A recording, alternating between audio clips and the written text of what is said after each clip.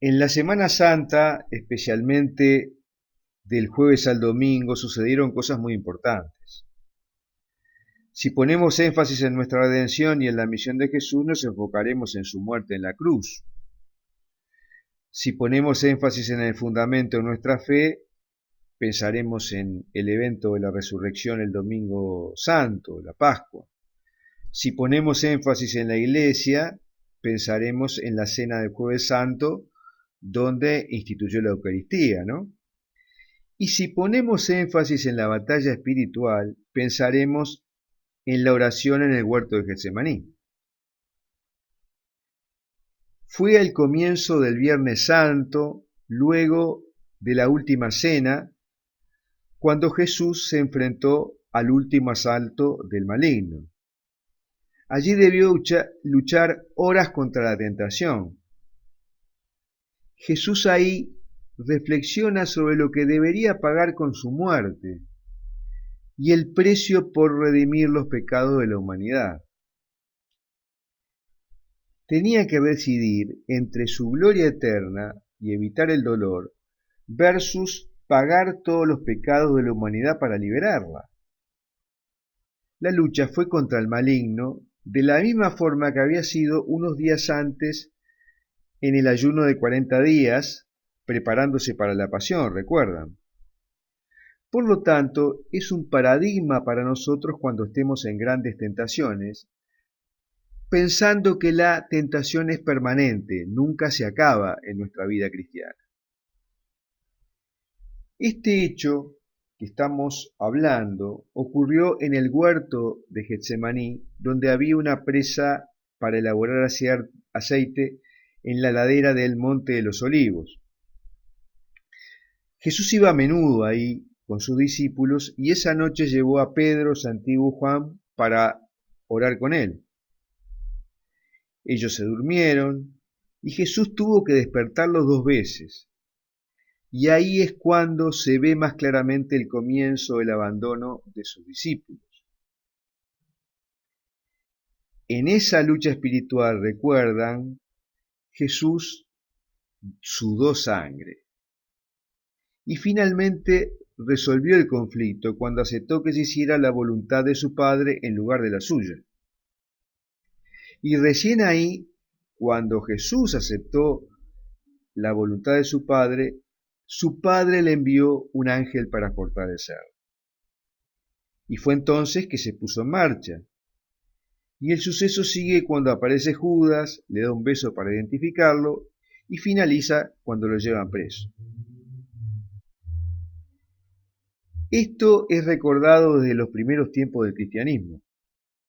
En esa zona se celebraba el jueves una ceremonia extraordinaria recordando este evento, según Egeria, una de las primeras peregrinas a esa zona, y se realizaba presumiblemente donde está actualmente la Basílica de la Agonía. Allí se veneran 3 lugares relacionados con la oración del principio de viernes. Uno es la roca donde Jesús oró. Otro es el jardín de los olivos, que tiene actualmente 8 olivos centenarios. Y otro es, a pasos de ahí, el lugar donde arrestaron a Jesús. Jesús sabía que la tentación del diablo iba a venir, al punto que le dice a sus discípulos en la última cena: el príncipe de este mundo viene, y agrega: aunque no tiene poder sobre mí. Y también advierte a los discípulos que los atacará. Y a Pedro le dice: yo he orado por ti para que no falle tu fe. En este último asalto, el maligno le muestra lo fácil y glorioso que sería que él aceptara ser un líder político y militar, siguiendo la proclamación que había hecho el pueblo el Domingo de Ramos. Recuerdan cuando entró a la ciudad y lo veneraban con palmas. Y además de esta promesa se seguía la posibilidad de evitar el dolor de la crucifixión, ¿no?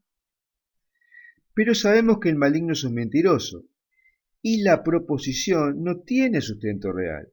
porque los romanos no hubieran permitido un rey militar en Israel, de modo que de cualquier manera hubiera terminado en la muerte. En ese momento a Jesús se le mostró las consecuencias de la pasión. El pueblo elegiría a Barrabás y crucificarlo a él. Aceptó que la sangre de Jesús cayera sobre el pueblo, lo cual fue otro gran dolor para Jesús. Y vio sobre todo las grandes multitudes que lo rechazarían a él hasta el final de la historia.